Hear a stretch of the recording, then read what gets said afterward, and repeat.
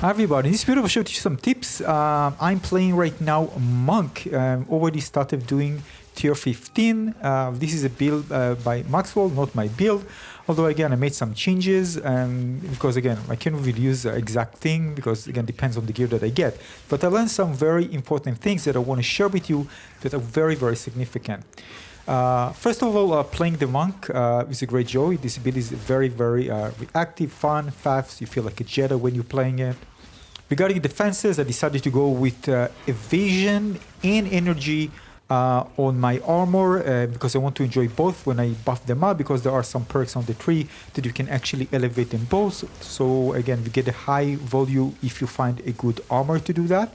I'm going to show you, of course, what I'm actually using in a moment.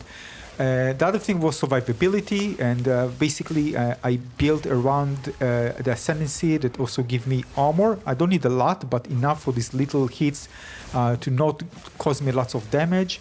Together with evasion and some other, of course, energy and recovery of energy in order to survive.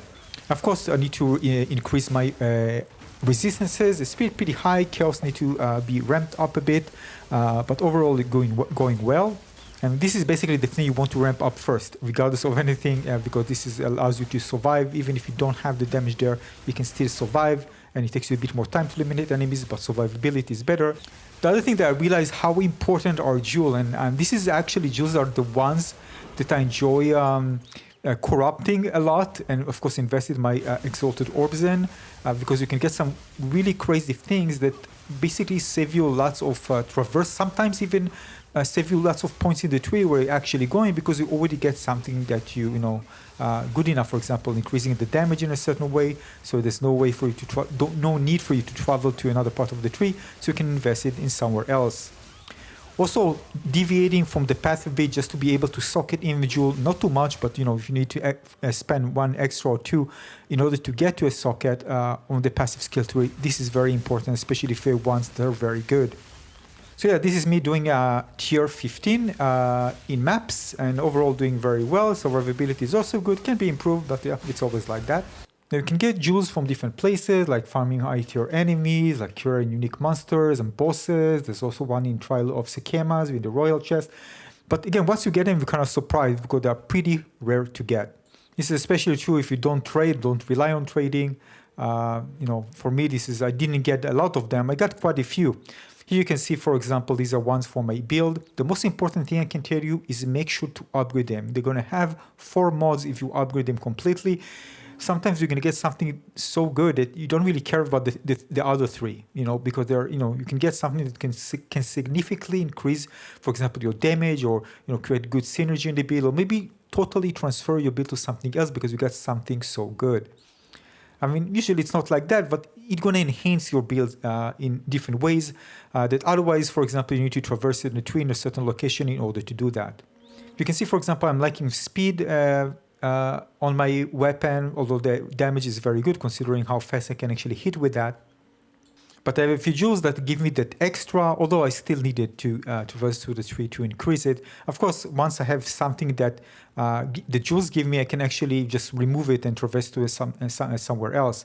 The thing is that I corrupt them quite frequently. Maybe I'm going to get something incredible, I don't know. But usually if you have 3 that are not good, you can just reforge 3 of them and get 1 U. The thing is, you can't really reforge 2 that are not corrupted with 1 corrupted. I think in 3 corrupted you'll be able to, but corrupted kind of will ruin your option to actually reforge the 3 of them. So just keep this in mind. But what I do usually, I can enjoy corrupting. Maybe I'm going to get something good. Sometimes you lose 1 and you don't get anything, but sometimes you can get something really nice, which I actually got 1 time. Now, when you're creating build, usually you can work recursively. You start with nodes that are very important and build defining, and try to get the path to get there. And usually, once you get there, you also consider where there are sockets. I mean, this is not the main thing to consider, but if there is a path that allows you to get to a socket, you're probably going to take it, even if it's just a little bit extra, like maybe 1 or 2 nodes. Or sometimes, and I can see it in different builds, you just invest like 1 or 2 nodes in order to get, even if it's out of the path, in order to get to the socket and use it. Usually it's really not worth more in order to get it, but depends on the jewel. If it's a very great jewel and you want that extra, maybe it's worth it.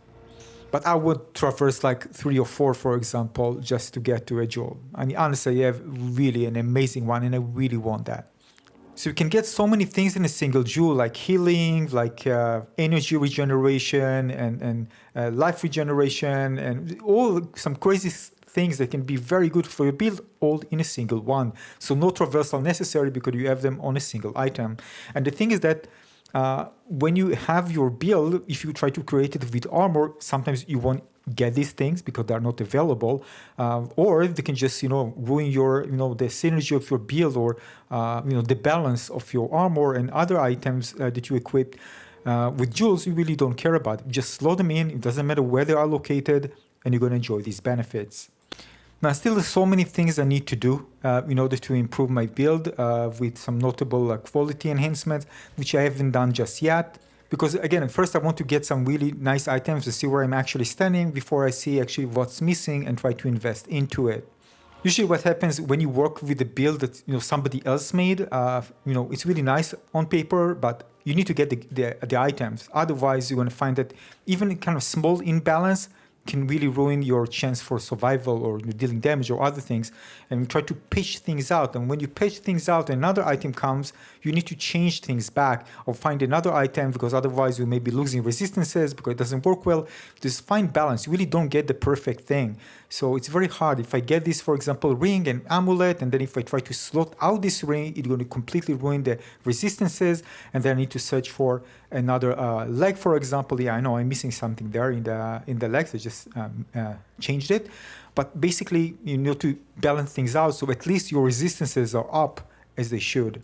Now, this is why when I get extra, for example, like I've crossed the 75 mark for resistances, of course you can get a bit more. It's good because sometimes, I can actually take something out and it won't actually get me to below 75%. And by the way, if you're having several characters, always check out, of course, the previous gear. This is, of course, a stash that is for all characters. So if you're creating a new character, a new class, you'll be able to use it here. You can see I'm using the Corrupt and I actually lost one modifier. So I didn't get anything good in this case. But when you have two characters, always go back and try to find, of course, in your stash the things that can actually fit for your build. This is why it's very easy to progress through the campaign the second time, because you already have all the things from previous run for your character. You have kind of a shared stash, and you can actually use it to your advantage. Basically, I'm using the gold circlet. The reason for that is basically, as you can see, 27% of maximum can be 25 even. 27 can be up to 30. Maximum life is extra, maximum energy shield. Now, of course, this is not the Titan, but still you're going to benefit a lot from actually having it. And of course, you can have a regular one with resistances. This is why it's so hard for me to balance things out, because I need to have those resistances here.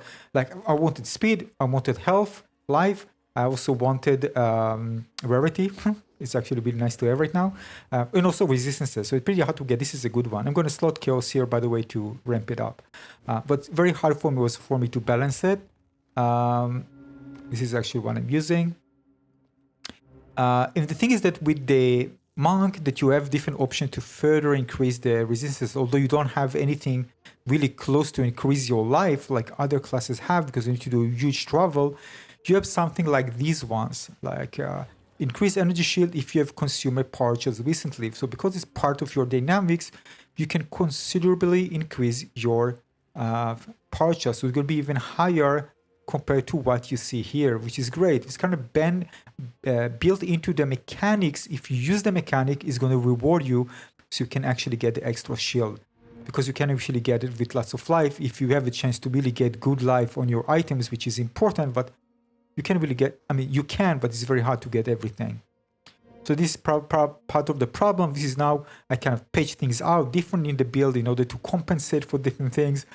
This is why in tier 15, I'm very good in terms of survivability. But I took things out in terms of crit right now. So I want to invest here fully, as they actually mentioned in Maxroll, but I kind of took a bit out. The damage is very good right now. Once I actually get more points, I can patch it out or maybe get out of the things that I'm having right now. in order to be able, because I don't have speed on my item, I wanted extra speed, but of course I can get it out, put in damage. There are ways to, you know, play with this in order to make sure that you're getting more out of the build, but as of right now, it's working well. This is also something that I want to increase the dexterity, because again, you can see here, percent attack speed per 15 dexterity, so probably it's better, you know, just at some point just to leave this out and put it here, because you can get the extra speed just a bit more with just investing in dexterity. And of course, as you can see here, dexterity also improve your accuracy. All right. So yeah, so there are things to improve. I'm still working on it, but I balanced it out to work well. And this is so far working very well for me in tier 15. I'm going to share more as I go. Thanks for watching.